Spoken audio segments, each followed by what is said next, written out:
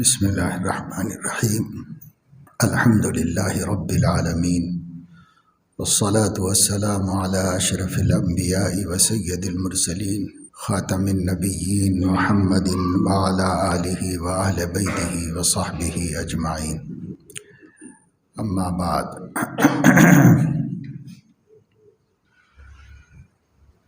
قال اللہ تبارک و تعالی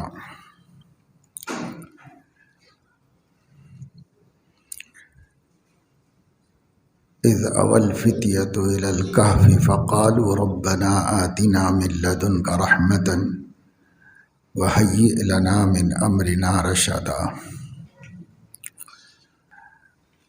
جمعہ کے دن سورہ کہف کے پڑھنے کی فضیلت آئی ہے اور اس کے پڑھنے کا اہتمام کسی زمانے میں ہوتا تھا۔ ہر مسجد میں شہروں سے لے کے دیہات تک جہاں بھی جاؤ مساجد میں سورہ یاسین اور سورہ کہف ضرور رکھی ہوئی ہوتی تھی۔ چھوٹے چھوٹے رسالے علیحدہ طور پر چھپے ہوئے، فجر کی نماز میں لوگ آتے تو یاسین شریف پڑھ کر جاتے تھے اور جمعے کی نماز میں آنے والے نماز سے پہلے آ کر سورہ کہف کی تلاوت کیا کرتے تھے۔ اب جیسے بہت سی اچھی رسمیں مسلمانوں کی چھوٹ گئیں اور ان کی جگہ بری رسموں نے لے لی،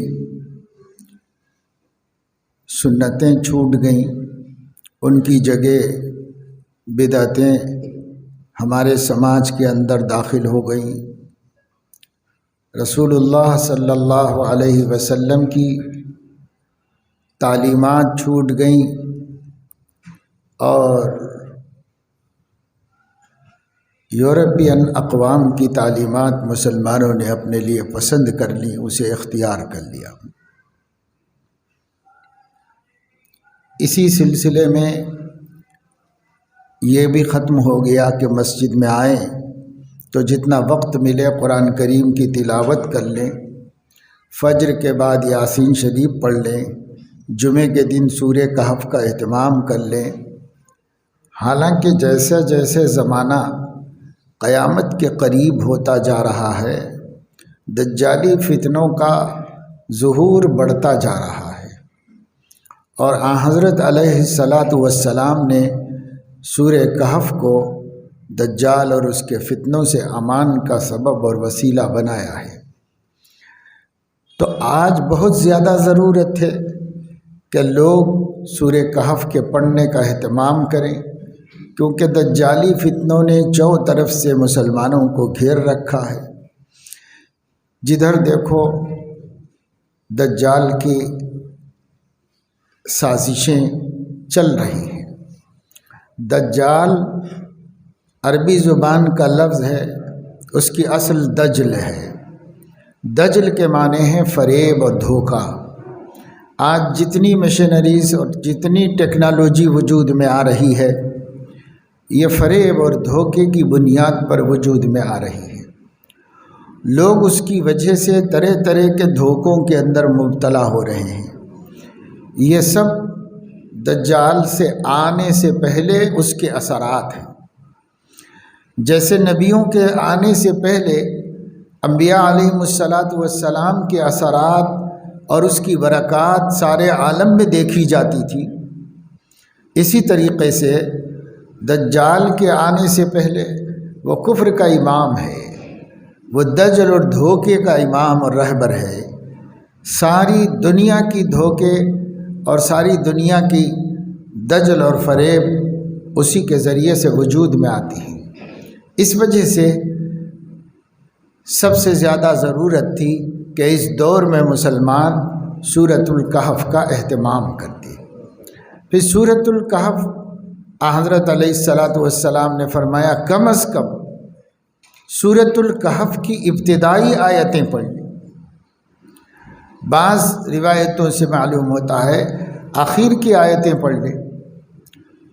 کم سے کم اگر پورا نہیں پڑھ سکے، لیکن پورا پڑھنا اور محض پڑھنا ہی نہیں ہے بلکہ اس کو سمجھنا، اس لیے کہ اللہ رب العزت نے سورۃ الکہف کے اندر چند اہم واقعات کی نشاندہی فرمائی ہے، کچھ قصے بیان فرمائے ہیں۔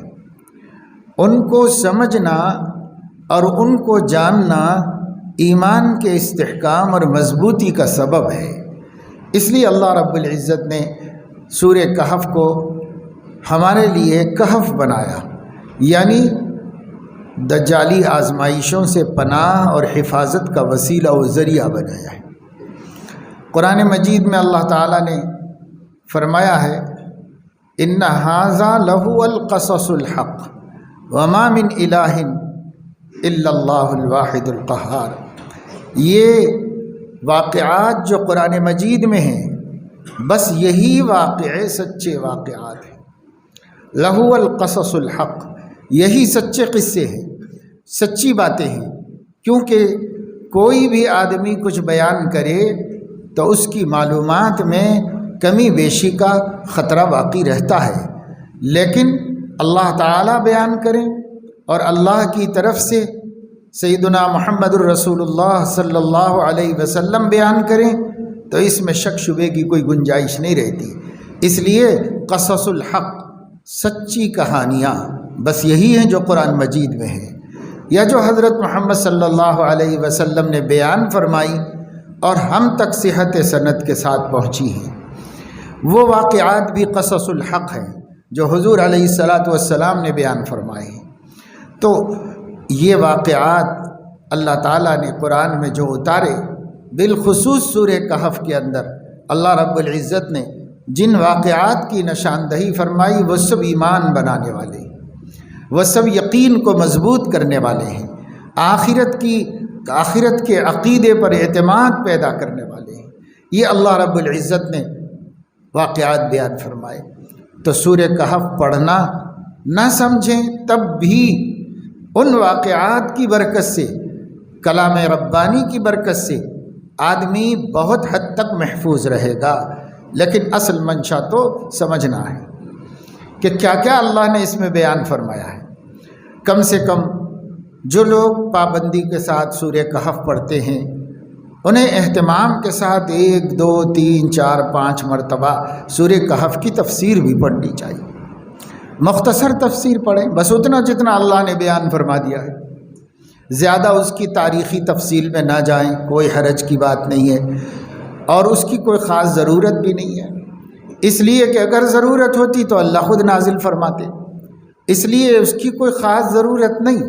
اس سے معلومات میں اضافہ ہوتا ہے اور اس کے ذریعے سے آدمی کو بات اور اچھی طرح سمجھ میں آتی ہے۔ اللہ کسی کو توفیق دے تو پوری تفصیل سے پڑھیں، جیسے علیحدہ مورخین نے محنت کی۔ علامہ حفظ الرحمن سوہاروی رحمۃ اللہ علیہ نے قصص القرآن کے نام سے علیحدہ سے تفسیر لکھی قرآن کریم کی۔ اس میں پورے قرآن کی تفسیر نہیں ہے، اس میں صرف قرآن میں بیان کیے گئے واقعات کی تفسیر ہے۔ قصص قصے کی جمع ہے۔ جو واقعات قرآن میں بیان ہوئے ہیں ان واقعات کی تفصیل انہوں نے علیحدہ سے بیان کر دی۔ ایک ایک واقعہ اس کو تاریخ کی روشنی میں تفصیل کے ساتھ سمجھ کر کہاں پیش آیا، کون سے پیغمبر کی کہاں بعثت ہوئی، اس علاقے کی قوم کون سی ہے، زمانہ کون سا ہے، وہاں کے لوگوں نے ان کے ساتھ معاملہ کیا کیا، قرآن نے جو اشارات دیے ہیں اس کی تفصیل کیا ہے، ان سب چیزوں کو تحقیق کر کے ایک جگہ بیان کر دیا۔ وہ بھی قصص القرآن 4 جلدوں میں اکٹھا ہو سکے۔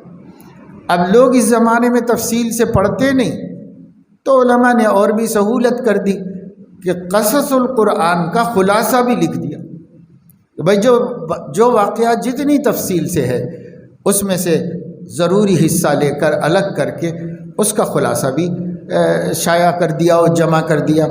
لیکن پڑھنے کا ذوق ہی نہیں ہے تو کیا کریں گے۔ ایک بڑے عالم دین ہندوستان میں گزرے ہیں، علامہ سید سلیمان ندوی۔ انہوں نے ایک کتاب لکھی ہے ارض القرآن۔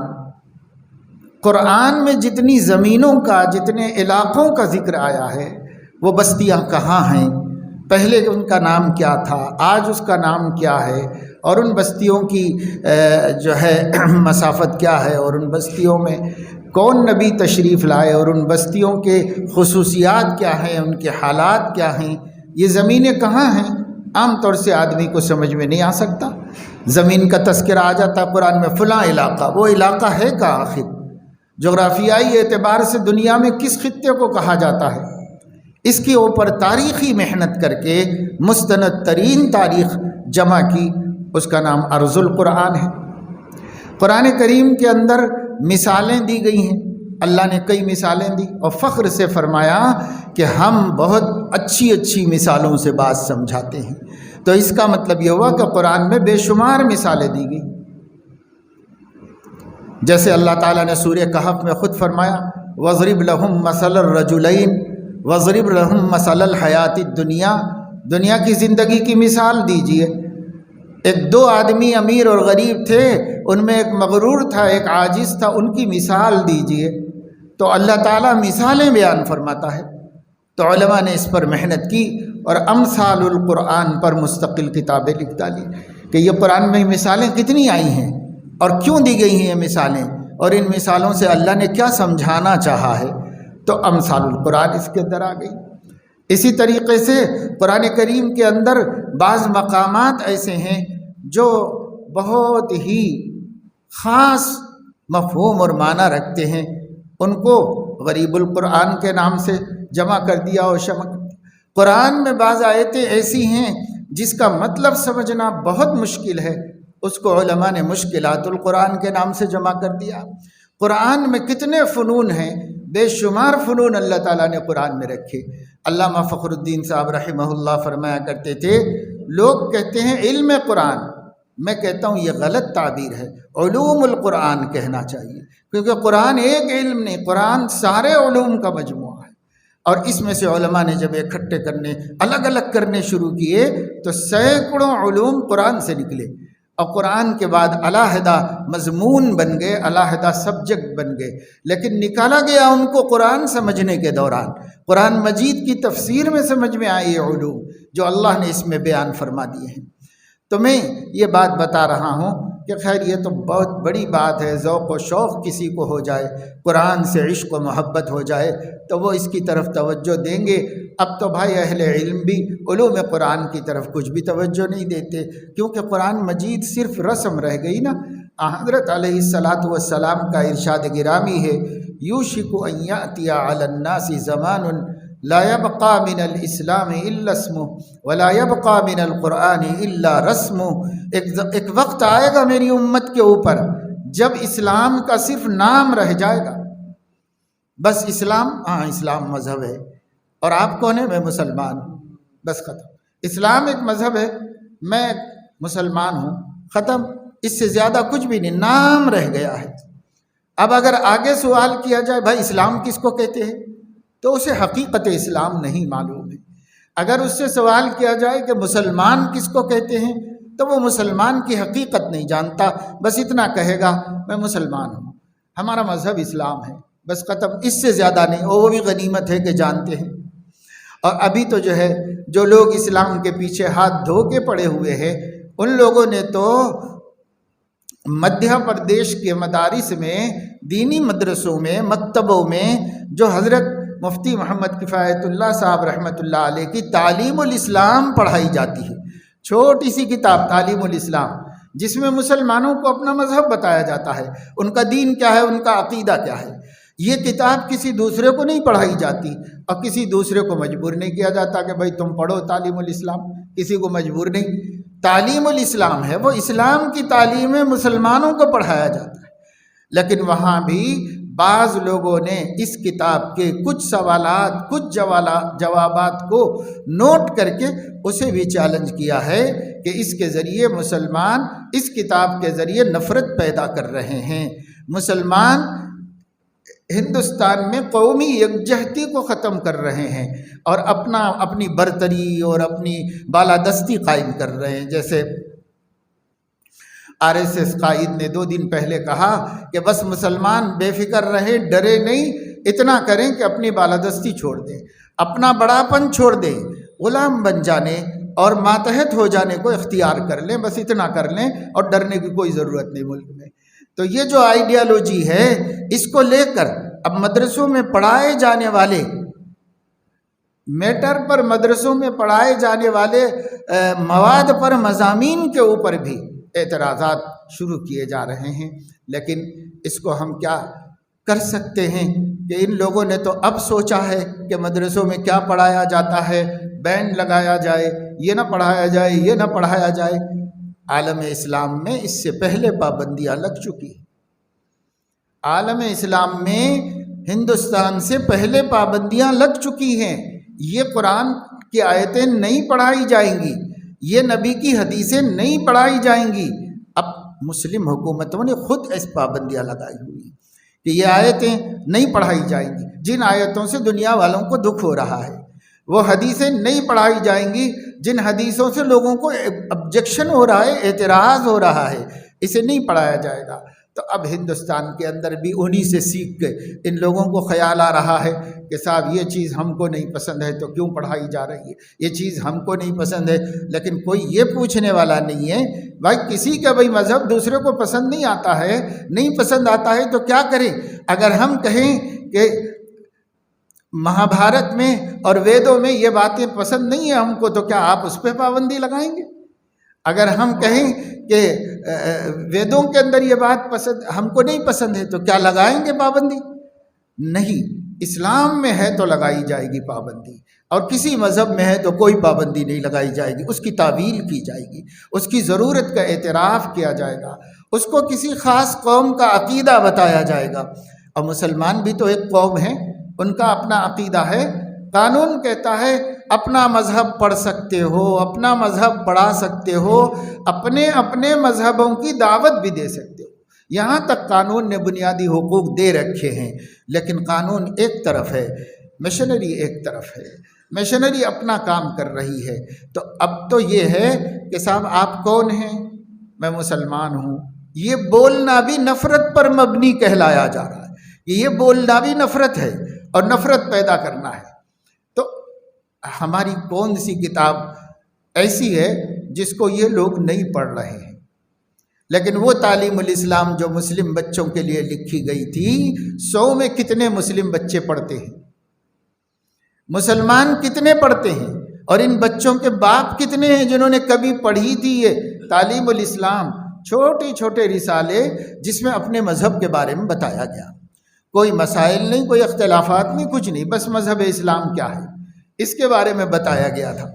یہ چھوٹے چھوٹے سوال جواب اگر ہم پوچھیں تو 50 برس کا مسلمان بھی بتانے کے موقف میں نہیں ہے کہ یہ سوال تعلیم الاسلام کا ہے جو مکتب میں بچوں کو پڑھائی جاتی ہے۔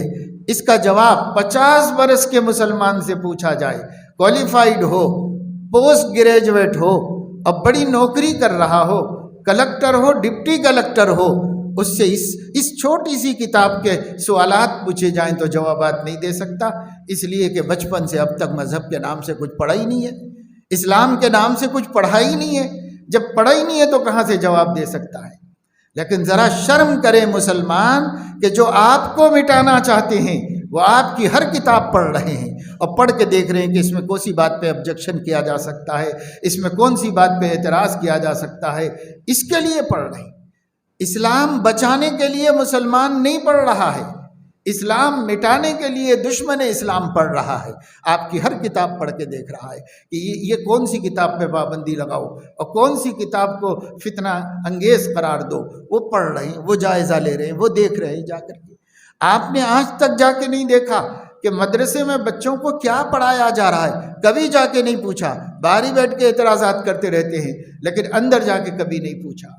اب ہمارے دشمن مدرسوں میں جا کر مل کر چائے پانی کر کے ان کے ساتھ ان سے پوچھ رہے ہیں کہ آپ لوگ کیا کیا پڑھاتے ہیں، یہ کیا کتاب ہے، یہ کیا ہم کو ہندی میں مل سکتی ہے، کیا ہماری زبان میں دے سکتے ہیں؟ آپ پوچھ کے لے رہے ہیں، جا کے دیکھ رہے ہیں اپنی آنکھوں سے کہ وہاں کیا پڑھایا جا رہا ہے۔ لیکن آپ آپ کبھی نہیں گئے کہ مدرسے میں کیا پڑھایا جاتا ہے، ذرا جا کے معلوم کریں اور دیکھیں کہ یہاں کی تعلیم کیا ہے، یہاں کا نظام کیا ہے، نصاب کیا ہے۔ کبھی ہم نے دیکھا ہی نہیں۔ اپنے ہی گھروں میں سے اعتراضات کر رہے ہیں کہ صاحب یہ کیا پڑھ کے فائدہ ہوئیں گا، یہ پڑھ کے بچہ کیا کمائیں گا، حافظ بن کے کیسے جئیں گا، عالم بن کے کیا دنیا میں منہ دکھائیں گا، قوم کا بوجھ بن جائیں گا اور فلاں ہوئیں گا۔ لیکن غیر مسلم سمجھ رہے ہیں کہ جو کچھ یہاں ہو رہا ہے یہی اسلام کو باقی رکھا ہوا ہے، اگر اس کو ختم کیا جائے تو جڑ کٹ جائے گی اور اسلام کے باقی رہنے کے اسباب ختم ہو جائیں گے۔ یہ کوشش وہ کر رہے ہیں۔ ہمیں کیا فکر ہے سیکھنے کی؟ ہمیں تو کوئی فکر نہیں، بس فخر سے کہتے رہو ہم مسلمان ہیں، بس یہ کہتے رہو ہم مسلمان ہیں۔ اسلام کیا ہے؟ کچھ نہیں پتہ کہ اسلام کیا ہے۔ نبی پاک صلی اللہ علیہ وسلم اور ان کی تعلیم کی حیثیت کیا ہے ہمیں کچھ نہیں پتہ ہے۔ ہمارا من کرے تو مانو، نہیں من کرا تو چھوڑ دو۔ کیا ضرورت ہے کہ دین ہی پر چلے ہم؟ کیا ضرورت ہے کہ اسلام ہی پر عمل کریں؟ زمانہ ایک طرف جا رہا ہے، ہم کہاں اسلام کے پیچھے جائیں؟ اب تو بہت سے لوگ یہ کہہ رہے ہیں باقاعدہ طور پر اور لکھ رہے ہیں انگریزی اخبارات میں، کیونکہ اردو اخبارات اب تک تو قبول نہیں کرتے ایسے مضامین کو، لیکن انگریزی اخبارات میں لکھ رہے ہیں کھل کر کے۔ اور وہ کیا ہے؟ وہ ان کا پیغام یہ ہے کہ بھائی جن چیزوں سے ملک میں دوسرے لوگوں کو تکلیف ہو رہی ہے تو چھوڑ دو نا مسلمان، کائے کو مسلمان اس کے پیچھے پڑے ہوئے، چھوڑ دو نا مسلمان، چھوڑ دو مسلمان۔ یعنی ہم ہی کو نصیحت ہو رہی ہے کہ اپنا دین چھوڑ دو۔ اپنے ہی لوگ کر رہے ہیں۔ ہمارا ہی پڑھا لکھا طبقہ کہتا ہے بھائی لوگوں کو داڑھی سے تکلیف ہے تو مت رکھو، کیا ضروری ہے رکھنا؟ اب لوگوں کو جو ہے قربانی سے تکلیف ہے تو قربانیاں بند کرو، کیا ضروری ہے جانوروں کا خون بہانا؟ کون سا عقل مندی کا؟ اتنا پیسہ مسلمان کیوں برباد کر رہے ہیں؟ مت برباد کرو۔ اب اگر لوگوں کو روزوں سے تکلیف ہے تو روزہ مت رکھو، اب لوگوں کو نماز سے تکلیف ہے تو نماز چھوڑ دو، اب لوگوں کو تو پھر آگے چل کر لا الہ الا اللہ سے سب سے زیادہ تکلیف ہے، لہذا لا الہ الا اللہ بھی چھوڑ دو۔ بولنے والے کھڑے ہو جائیں گے۔ ہمارے گھر سے ہر دہریہ پیدا ہو رہا ہے، ہماری قوم میں ہر ملحد پیدا ہو رہا ہے، ہر زندیق کھڑا ہو رہا ہے، ہر مرتد اور دشمن خدا اور رسول کھڑا ہو رہا ہے، ہمارے گھروں سے کھڑا ہو رہا ہے، ہم ہی کو نصیحت کر رہا ہے چھوڑو چھوڑو چھوڑو چھوڑو۔ کہاں تک چھوڑو گے؟ ایک دن آئے گا جب پورا دین پورا ایمان ہی چھوڑ دو۔ لن ترضى عنك اليهود ولا النصارى حتى تتبع ملتهم۔ تم کو اے نبی، اللہ پاک ہمارے نبی سے فرما رہے، اے نبی صلی اللہ علیہ وسلم، یہ یہودی آپ کو بول رہے ہیں کہ یہ بات، یہ سمجھوتا کر لیں، یہ سمجھوتا کر لیں، یہ سمجھوتا کر لیں۔ تو حضور علیہ السلام سے اللہ میاں نے فرمایا کہ کہیں ان لوگوں کے ایمان لانے کی امید پر آپ سمجھوتوں کے لیے تیار نہ ہو جائیے، اس واسطے کہ یہودی کون ہیں آپ سے میں جانتا ہوں، نصارہ کون ہیں وہ آپ سے زیادہ میں جانتا ہوں۔ میں آپ کو بتا دیتا ہوں، لن ترضى عنك اليهود ولا النصارى، یہ عیسائی بھی جو ہمدردیت کے ساتھ تبلیغ کرتے ہیں، اور یہ یہودی بھی جو عداوت کے ساتھ ہر ایک کو مٹانے پہ تلے ہوئے ہیں، یہ دونوں قومیں آپ سے راضی ہونے والے نہیں ہیں۔ لن ترضا، جو لوگ عربی جانتے وہ سمجھتے ہیں، اللہ فرما رہے ہیں لن ترضا، لن ترضا کے معنی ہرگز راضی ہونے والے نہیں ہیں، ہرگز اے نبی آپ سے یہ خوش ہونے والے نہیں ہیں، آپ ان کی کوئی بات مان لے یہ خوش ہونے والے نہیں ہیں آپ سے۔ کب تک نہیں خوش ہوں گے؟ حتی تتبع ملتہم، آپ اپنا دین چھوڑ کر ان کی ملت میں نہ شامل ہو جائے، تب تک یہ آپ سے ماننے والے نہیں ہیں۔ اگر نبی سے بھی یہ لوگ راضی ہونے والے نہیں تھے تو اس نبی کی امت سے کیا راضی ہونے والے ہیں؟ جب تک اپنا دین نہیں چھوڑو گے راضی ہونے والے نہیں۔ پھر حل کیا ہے اس کا؟ کوشش تو جاری ہے، آج بھی جاری ہے ان لوگوں کی۔ حل کیا ہے اس کا؟ تو حل اللہ نے 1450 سال پہلے نزول قرآن جہاں یہ بات بتا دی کہ کوئی یہودی آپ سے خوش نہیں ہے اور کوئی عیسائی بھی قیامت تک آپ سے خوش ہونے والا نہیں ہے، آپ سے ناراض ہی رہنے والا ہے، بس طرز عمل دونوں کا الگ ہے۔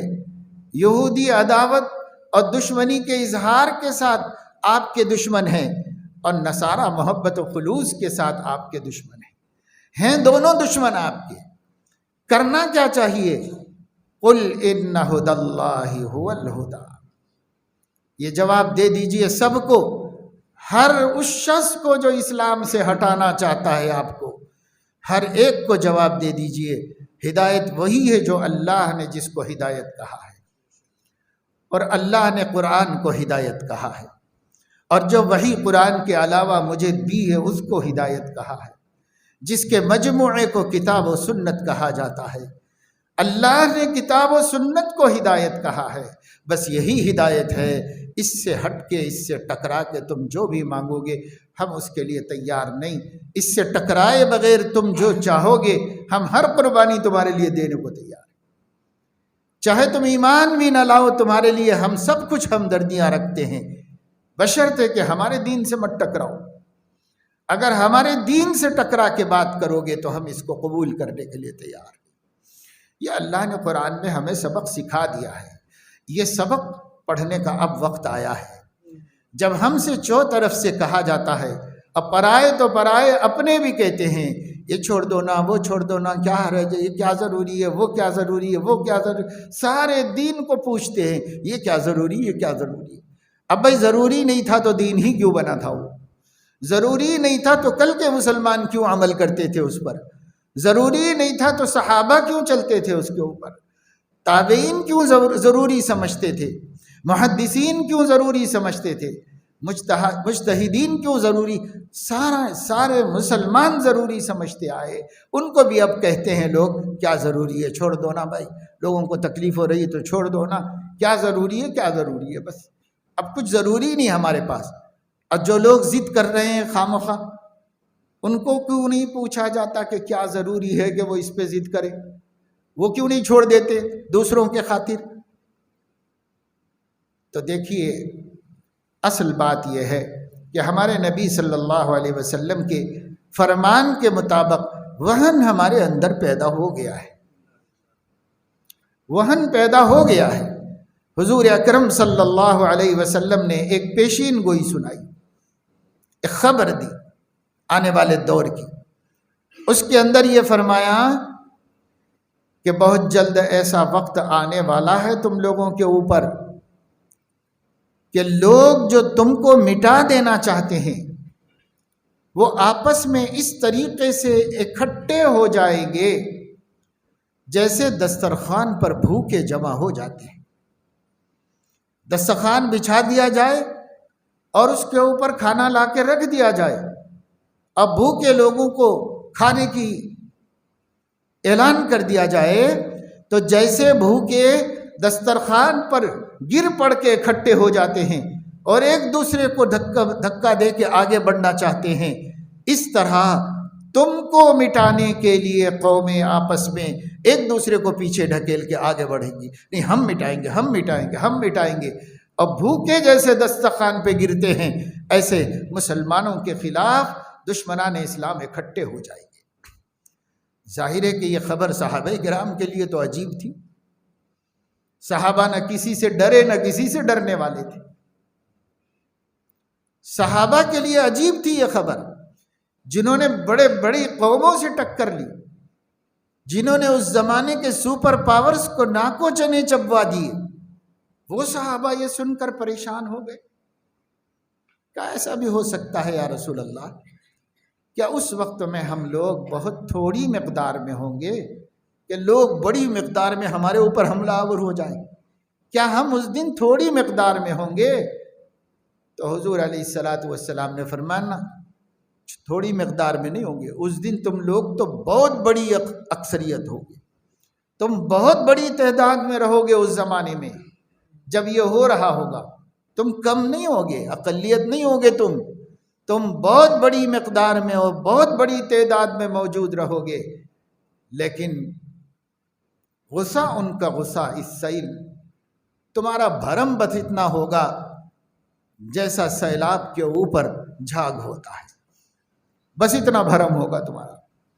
سیلاب، بارشیں ہوئی، پہاڑوں پر سے بلند مقامات سے پانی نیچے آ کر کے نشیب کی طرف جاتا ہے، تو وہ بہت بڑی تعداد ہو جاتی، مقدار ہو جاتی ہے، بڑی مقدار میں بہتا ہے، اس کو ہم سیلاب کہتے ہیں۔ جب سیلاب آتا ہے یا سمندر کی موج نکل کر باہر گر جاتی ہے تو سیلاب اپنے اوپر سب کچرا بستیوں کا بہا کے لے جاتا ہے، ساری بستی کا کچرا اس کے اوپر بہتا رہتا ہے، اور اس میں جھاگ کف، وہ کف بہتا رہتا ہے اور نیچے سے پانی ہوتا ہے۔ تو حضور علیہ السلام نے فرمایا جیسے سیلاب کے پانی کے اوپر خس و خاشاک اور کچرا بہہ رہا ہوتا ہے، کف اور جھاگ بہہ رہا ہوتا ہے، ایسے تمہاری پوزیشن ہوگی اور تمہاری ویلیو ہوگی اور تمہاری حیثیت ہوگی، اگرچہ کہ تم بڑی تعداد میں ہو، بڑی تعداد میں ہوگے۔ ملک میں ہم 25 کروڑ کی تعداد میں ہیں، دنیا میں ہم دنیا کی 25% سے زیادہ آبادی بن گئے ہیں، لیکن غصہ ان کا غصہ اس سیل، کوئی وزن ہمارا نہیں، کوئی وزن ہمارا نہیں رہ گیا ہے۔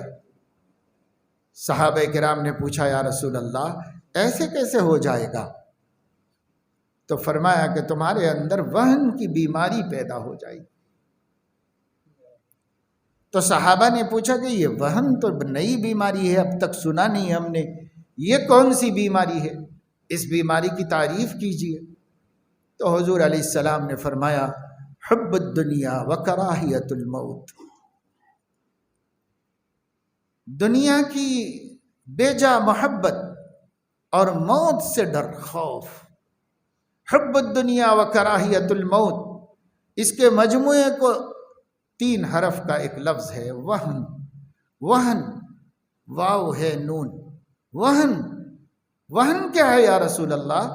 حب الدنیا و کراہیت الموت، جب قوم مسلم کے اندر موت کا ڈر پیدا ہو جائے گا اور دنیا کی محبت سر چڑھ جائے گی تو پھر یہ وہن میں مبتلا ہو جائے گی۔ جب وہن میں مبتلا ہو جائے گی دنیا کی قوموں میں اس کی حیثیت جھاگ اور خس و خاشاک کی طرح ہو جائے گی، گھاس کے تنکوں کی طرح بے حیثیت ہو جائے گی یہ قوم، اور اس کو کوئی پوچھنے والا نہیں ہوگا اور کوئی اس کو اہمیت دینے والا نہیں ہوگا۔ جب مسلمان تھے، نہ موت سے ڈرتے تھے، نہ دنیا کے چاہنے والے تھے، آخرت کے طلبگار تھے، اللہ کے پیارے تھے، تو اس وقت میں اس قوم کو دوسری قومیں نہ صرف یہ کہ تکلیف نہیں دیتی تھیں بلکہ اس قوم کی پرستش و پوجا تک کرنے کے لیے تیار تھی۔ کبھی پوجے جاتے تھے، کبھی پوچھے بھی نہیں جاتے، اگرچہ کہ ہمارا پوجا جانا بھی اللہ کو منظور نہیں ہے، وہ بھی بہت بڑی معصیت و بہت بڑا گناہ ہے، وہ شرک ہے، کسی کو پوجو وہ شرک ہے، سوائے اللہ کے کسی کی پوجا نہیں، سوائے اللہ کے کسی کی وندنا نہیں، کسی کی عبادت نہیں، صرف اللہ کی۔ لیکن حالات ایسے ہو جاتے ہیں کہ جو قوم پتھر کو، چوہے کو اور چپکلی کو پوجتی ہو، وہ قوم اللہ کے نیک بندوں کو پوجنے کے لیے کیوں نہیں تیار ہو جائے گی؟ ان کا تو سب تخیلات اور تصورات پر دھرم بنا ہوا ہے، یہاں تک ان کی حالت ہوتی ہے۔ لیکن جب ہم ہی نہیں دین پر ہوں گے، ہم ہی دین پر قائم نہیں ہوں گے تو پھر ہمارے اندر مضبوطی کیسے آئے گی؟ اللہ پاک نے سورۃ الکہف کے اندر ایسے واقعات نازل فرمائے جس کے پڑھنے سمجھنے کے بعد آدمی کے دل سے دنیا کی محبت نکل جائے گی اور موت کا ڈر ختم ہو جائے گا، بشرطے کہ پڑھیں، سمجھیں، جانیں کہ اس میں اللہ نے بیان کیا کیا ہے۔ پہلے مسلمانوں کو قرآن پڑھنا نہیں آتا، قرآن پڑھنا نہیں آتا، عمریں گزر جا رہی ہیں، دیکھ کے پڑھنا بھی نہیں آتا، ناظرہ قرآن پڑھنا، عمریں گزر گئی۔ اس وقت کوئی زبردستی کی بات نہیں ہے، اگر کسی آدمی کو جائزہ لینا ہو تو کہیں 100 آدمیوں کو جمع کر لو، اپنے خاندان فیملی ہی کے 50-60 آدمیوں کو جمع کر لو اور قرآن سن کے دیکھو کہ قرآن پڑھنا آتا ہے۔ خود ہی پتہ چل جائے گا کہ کتنے مسلمانوں کو آتا ہے۔ قرآن کریم پڑھنا نہیں آتا، عمریں نکل جا رہی ہیں، سیاہ بال سفید ہو گئے ہیں، جوانی بڑھاپے میں ڈھل گئی ہے، موت سر پہ آ گئی ہے، اب بھی تک قرآن کریم پڑھنا نہیں آتا۔ پڑھنا، دیکھ کے صرف پڑھنا، یہ بھی نہیں آتا۔ اب پڑھنے کے بعد سمجھنا ہے، تو یہاں تک ہی نہیں پہنچا تو اور آگے کیا پہنچے گا؟ قرآن کریم کو صحیح پڑھنا سیکھنا فرض عین ہے، ہر مسلمان کے اوپر فرض ہے۔ وَرَتِّلِ الْقُرْآنَ تَرْتِيلًا، اے نبی صلی اللہ علیہ وسلم قرآن ٹھہر ٹھہر کے عمدہ طریقے سے پڑھیے۔ ام سلمہ رضی اللہ تعالیٰ عنہ سے پوچھا گیا ترتیل کا کیا مطلب ہے؟ فرمایا اللہ کے نبی صلی اللہ علیہ وسلم جب نماز میں قرآن مجید پڑھ رہے ہوتے تھے، اگر کوئی حروف کو گننا چاہے تو گن سکتا تھا۔ ایسے حضور علیہ السلام قرآن کو سنوار کے پڑھتے تھے۔ یہاں بغیر سنوارے پڑھنا بھی نہیں آ رہا ہے، سنوار کے پڑھنا تو بہت دور کی بات ہے، بغیر سنوارے پڑھنا بھی نہیں آ رہا ہے قرآن مجید۔ ہم سمجھ رہے ہیں اللہ پاک مدد کیوں نہیں کر رہا ہے، ہمیں شکوہ ہے کہ اتنی مصیبت میں مسلمان ہیں، اللہ کی غیبی مدد و نصرت کیوں نہیں آ رہی ہے؟ لیکن اللہ کو کیا کیا آپ سے شکایت ہے، کبھی یہ بھی سوچا؟ اللہ کو ہم سے کتنی شکایتیں ہیں۔ اللہ کو یہ شکایت ہے کہ میرا بندہ نماز بھی نہیں پڑھنا چاہتا، اللہ کو یہ شکایت ہے کہ میرے بندے کو میرا کلام پڑھنا بھی نہیں آتا، وہ سیکھنا بھی نہیں چاہتا۔ اللہ کو یہ شکایت ہے کہ میرے بندے حلال میں موجود ہونے کے باوجود حرام کھانا چاہتے ہیں، حرام کھا رہے ہیں، ناجائز آمدنیوں کے ذریعے کتنے ڈوب رہے ہیں، کتنے مر رہے ہیں، کتنے کھپ رہے ہیں۔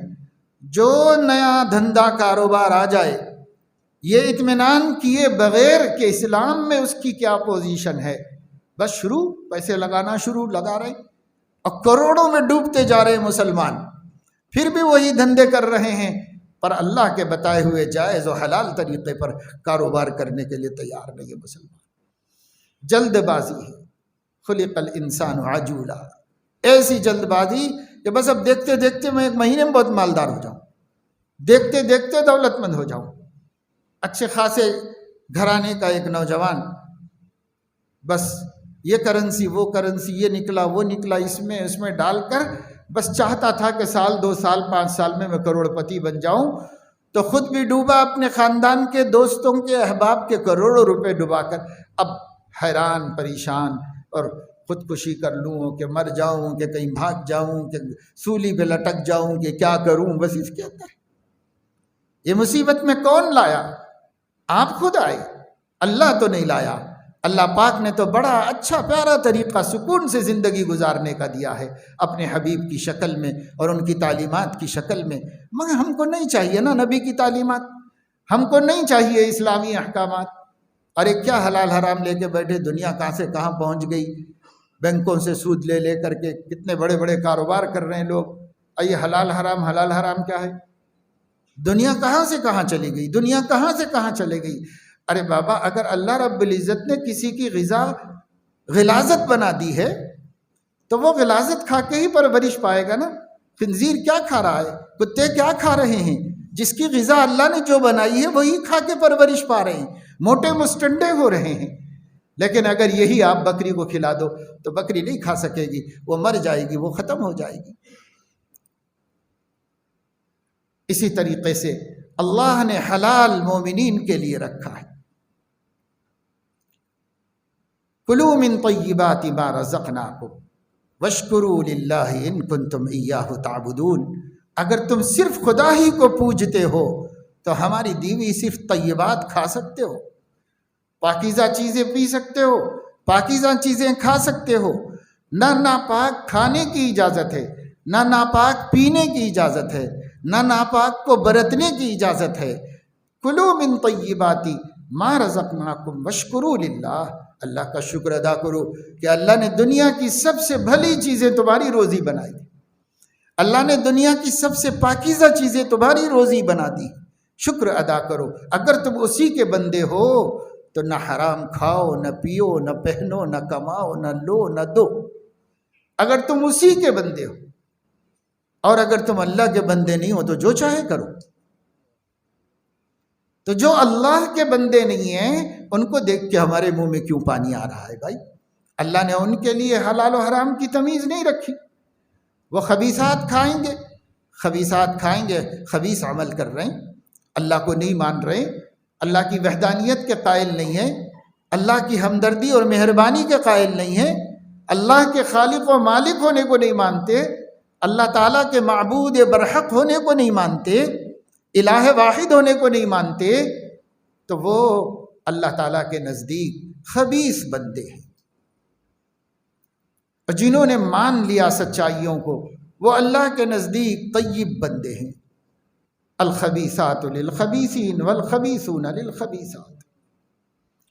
اللہ تعالیٰ نے پاک کے لیے پاک اور ناپاک کے لیے ناپاک کر دیا ہے۔ کھانا پینے میں بھی یہی ہے، جو ایمان والے ہیں وہ حلال طیب کھا سکتے ہیں، بس حرام جس کو اللہ نے کر دیا وہ نہیں کھا سکتے۔ اور جو بے ایمان ہیں ان کی مرضی، بھائی جو چاہے کھائیں، ان کو تو اگر وہ توبہ نہیں کریں گے، اگر وہ ایمان نہیں لائیں گے، اگر وہ اللہ کے وفادار نہیں بنیں گے تو ان کا اللہ کا معاملہ ہے، مرنے کے بعد اللہ کو ان کے ساتھ جو معاملہ کرنا ہو وہ کرے گا، اور اس کو اللہ نے قرآن میں ڈکلیئر کر دیا، اعلان کر دیا۔ جو ہدایت کے بغیر آئیں گے ان کا کیا حشر ہوگا، جو ہدایت کے ساتھ آئیں گے ان کا کیا ہوگا، سب انجام اللہ نے بتا دیا قرآن میں۔ اس لیے گندی چیزوں سے اپنے کو دور رکھنا چاہیے۔ لوگ پریشان ہیں، حیران ہیں، مائیں فون کرتی ہیں کہ مولانا صاحب بچہ جو ہے بہت شراب پی رہا ہے، بہو نہیں رہنا چاہ رہی گھر میں، کیا کروں؟ کئی دن سے مسلسل بعض لوگ پوچھ رہے ہیں، اور وقتاً فوقتاً لوگ پوچھتے رہتے ہیں ہمارے ہاں کیسے آ گئی شراب؟ ہم مسلمان ہیں، ہمارے ہاں کیسے آ گئی؟ لیکن آ گئی ہے مسلمانوں کے۔ ایک خاتون نے فون کیا، بیوی نے شوہر کے بارے میں، کہ کیا کریں، آپ بولیے کہ اب میں کیسے رہوں، کب تک رہوں ایسے آدمی کے ساتھ؟ میں چاہتی ہوں کہ میں علیحدگی اختیار کر لوں، اس لیے کہ اصلاح کی کوئی تدبیر کارگر نہیں ہے۔ عورت ہے، نفرت کر رہی ہے حرام سے، لیکن مرد ہے اس میں مبتلا ہے، اس کے اندر پڑا ہوا ہے۔ کیسے مسلمانوں کے سماج میں یہ گندگی آ گئی، جس کے بارے میں یہ فرمایا گیا ہے حدیث صحیح کے اندر، جو شخص دنیا میں شرابی ہے اور شراب پیتا رہتا ہے، توبہ نہیں کر کے مر جائے گا تو اللہ تعالی جہنمیوں کا پیپ اس کو پلائیں گے۔ جہنمیوں کا پیپ، جہنمی سوزش کی وجہ سے، جلنے کی وجہ سے، ان کے زخموں کی وجہ سے، ان کی سڑان کی وجہ سے، جو گندی چیزیں نکل کر کے کہیں جمع ہو رہی ہوں گی جہنم میں، وہ پینا پڑے گا ان کو جو دنیا میں شراب پیتے ہیں، کیونکہ شراب گندی چیز ہے جو انسان کے عقل پر پردہ ڈال دیتی ہے۔ جو چیز اللہ نے حرام کی وہ اس کا مالک ہے، خالق ہے، اسے معلوم ہے کہ اس میں نفع ہے کہ نقصان ہے، اس کو معلوم ہے۔ اس لیے اللہ رب العزت نے فرمایا، یا ایھا الذین آمنوا انما الخمر والمیسر والانصاب والازلام رجس من عمل الشیطان فاجتنبوہ لعلکم تفلحون۔ اگر تم فلاح و کامیابی چاہتے ہو تو ایک تو جوے کے کام چھوڑو، جو دھندا کاروبار جوے کی بنیاد پہ ہو رہا ہے اس کو چھوڑو، اور نشے کو چھوڑو، خمار کو چھوڑو، قمار کو چھوڑو۔ قمار قاف سے، جوا، اور خمار خے سے، نشہ۔ خمار چھوڑ دو، قمار چھوڑ دو، لعلکم تفلحون، فلاح پا جاؤ گے۔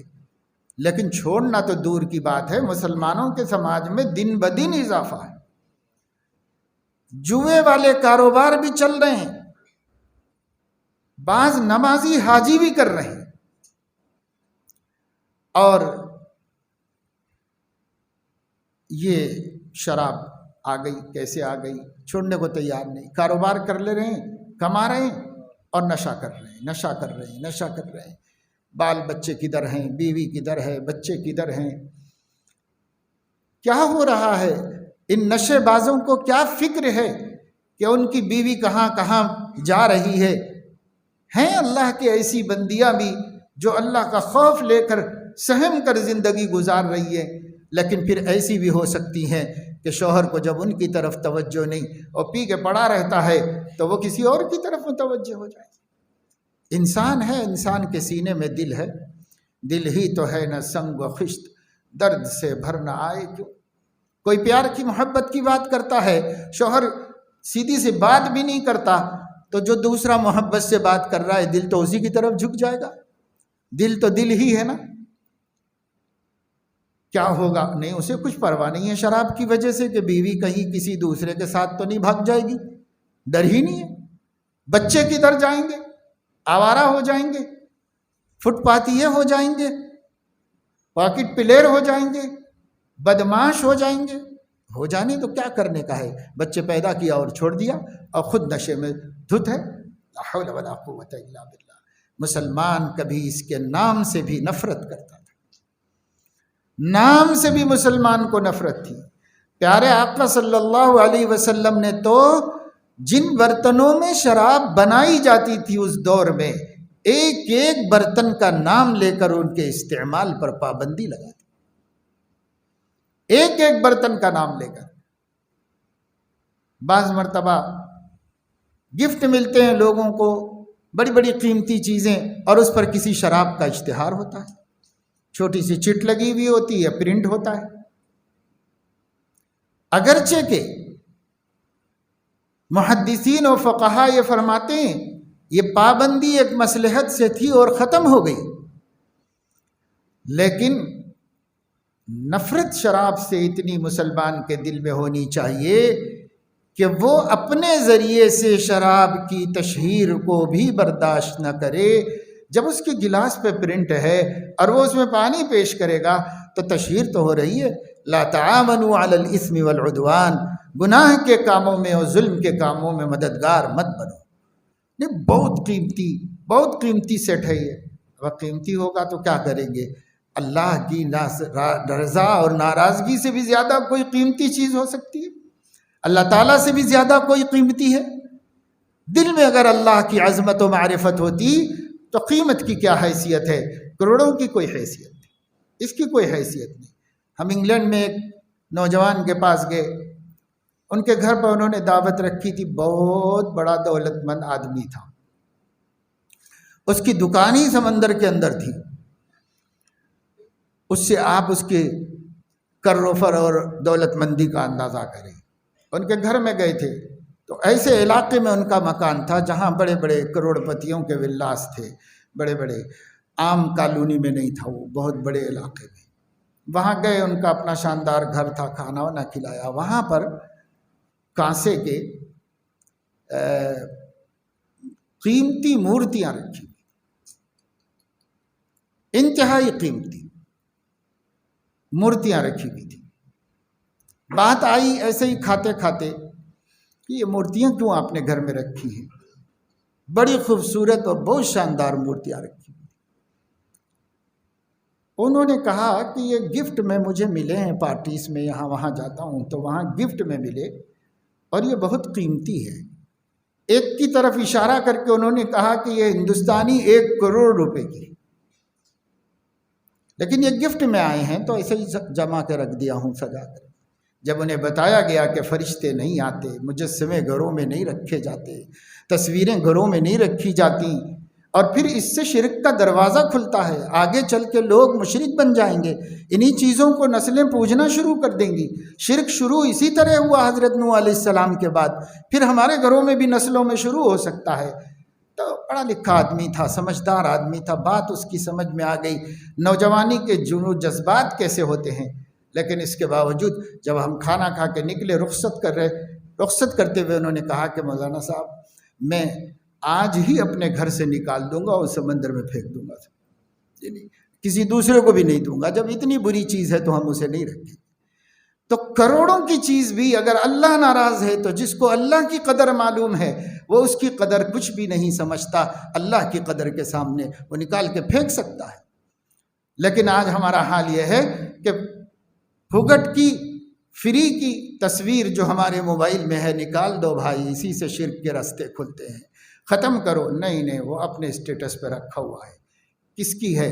لوگ دینداروں کی رکھے ہوئے ہیں، بزرگوں کی رکھ رہے ہیں، اللہ والوں کی، عالموں کی، اور سمجھ رہے ہیں کہ یہ جو ہے بس محبت ہے۔ جی نہیں، یہ محبت آگے بڑھے گی اور ایک دن شرک کرائے گی اور ایک دن ان کی پوجا پر مجبور کرائے گی۔ اگر یہاں نہیں بچو گے تو آگے بڑھ کے بچنا مشکل ہو جائے گا۔ تصویر کسی کی بھی دیکھنا جائز نہیں ہے۔ تصویر اپنے فونوں میں رکھنا، اپنے بچیوں کے، اپنے بچوں کے فونوں میں، لوگوں کے فون آتے ہیں بیٹی کی تصویر لگی ہے۔ ارے بھائی، بیٹی تو چھپانے کی چیز ہے، بیٹی سارے عالم کو دکھانے کی چیز ہے۔ کہاں عقل ماری گئی ہے مسلمانوں کی؟ مسلمان کیا سوچتے ہیں، کیسے سوچتے ہیں؟ یہ ایک دولت ہے جس کو چھپا کے رکھنے کے لیے کہا گیا، یہ ایک قیمتی سرمایہ ہے جس کی حفاظت کا حکم دیا گیا، اور تم اسے لے کر کے چلا رہے ہو۔ اور چلانے والے کون ہیں؟ تو سب مسلمان ہیں، ایسے مسلمان بھی نہیں، نمازی مسلمان ہیں، دین پسند مسلمان ہیں۔ لا حول ولا قوت الا باللہ۔ اس لیے میرے دوستو، میں آج آپ لوگوں سے جو بات عرض کرنا چاہ رہا تھا وہ یہ ہے کہ سورہ کہف کو پڑھنے کی عادت ڈالیے۔ ہر جمعے کو سورہ کہف پابندی سے پڑھنے کی عادت ڈالیے۔ صبح ہونے کے بعد کسی بھی وقت پڑھ لو، گھر میں پڑھ لو، مسجد میں پڑھنا کوئی ضروری تھوڑی ہے، کہیں بھی پڑھ لو۔ شام تک غروب سے پہلے کسی وقت بھی پڑھ لو، بہتر ہے جمعے سے پہلے پڑھ لو۔ اور جمعے کے دن درود شریف کی کثرت کرو۔ آقا صلی اللہ علیہ وسلم نے پوری زندگی لٹا کے ہم سے کچھ نہیں مانگا، البتہ یہ فرمائش کی ہے کہ درود شریف جمعے کے دن کثرت سے پڑھو۔ خالی وقت بھی پڑھتے رہو، ہر دن پڑھتے رہو، لیکن جمعے کو کثرت سے پڑھو درود شریف۔ حضرت صلی اللہ علیہ وسلم پر درود شریف کی کثرت، فضول بکواس، فضول باتیں کرنے کے بجائے اگر ہم درود شریف پڑھیں تو کیا مشکل کام ہے۔ ایک نوجوان آئے ملاقات کے لیے تو میں نے کہا بھائی میں کچھ مصروف ہوں، کام کر رہا ہوں، لکھ رہا ہوں، آپ باہر بیٹھ کر کے یہ تصویر لے لیجئے، درود شریف پڑھ لو 500 دفعے۔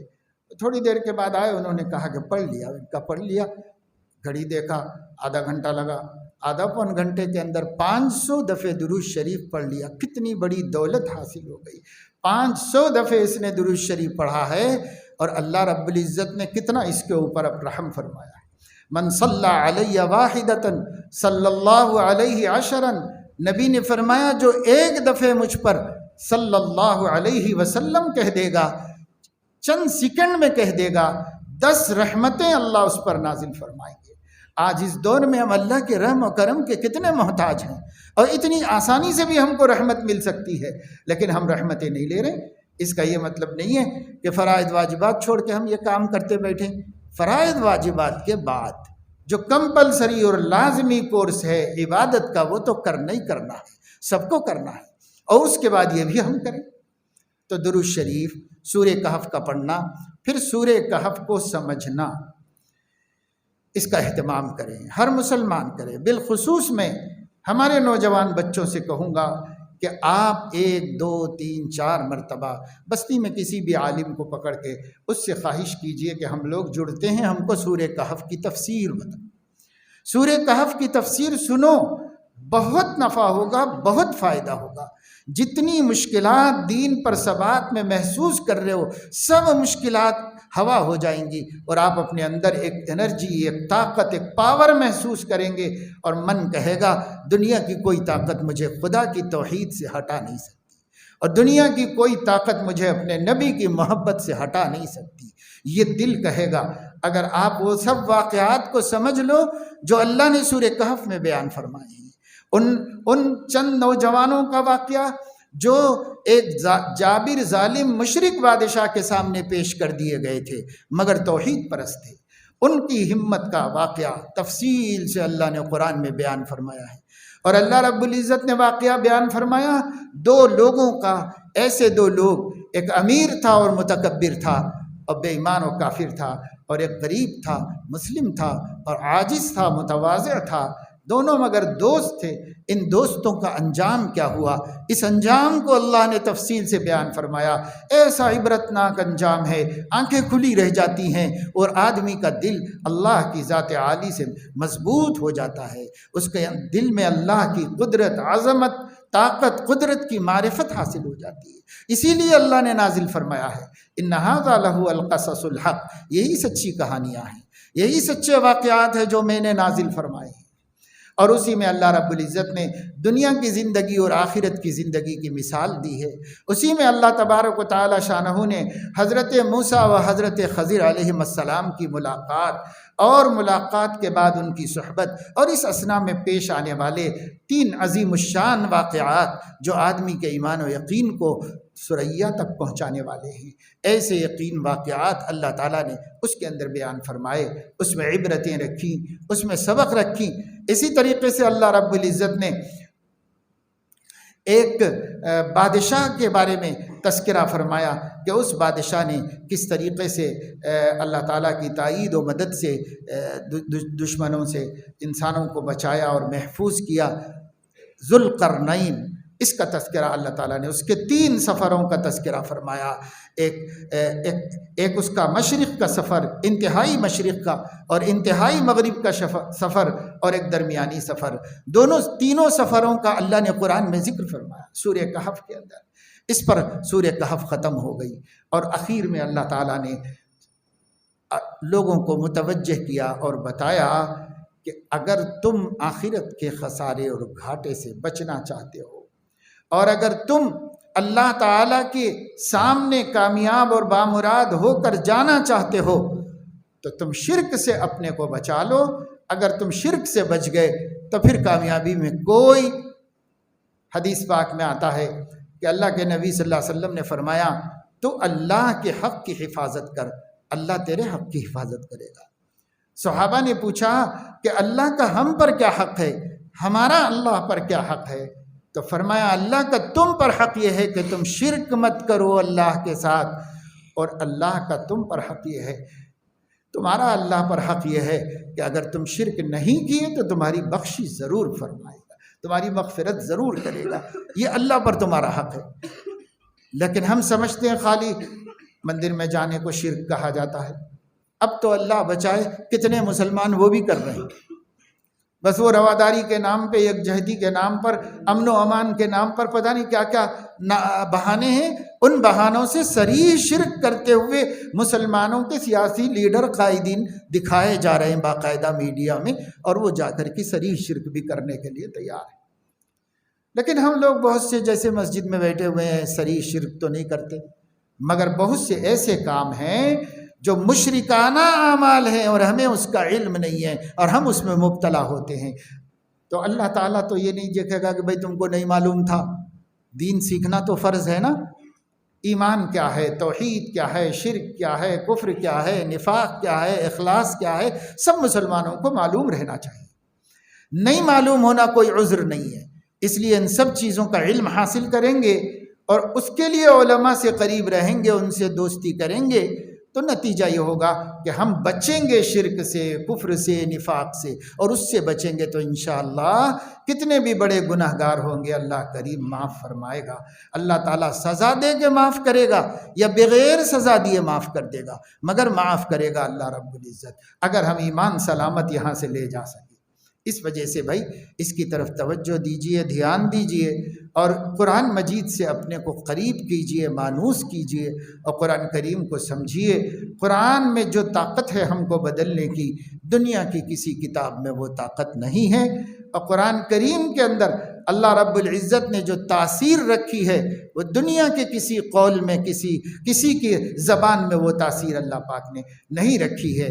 اس لیے اللہ کے بندو، اللہ سے اور اللہ کے حبیب سے اور اللہ کی کتاب سے اپنے آپ کو جوڑ لو اور قریب کر لو، یہی نجات ہے اور یہیں سے ہماری حفاظت ہے۔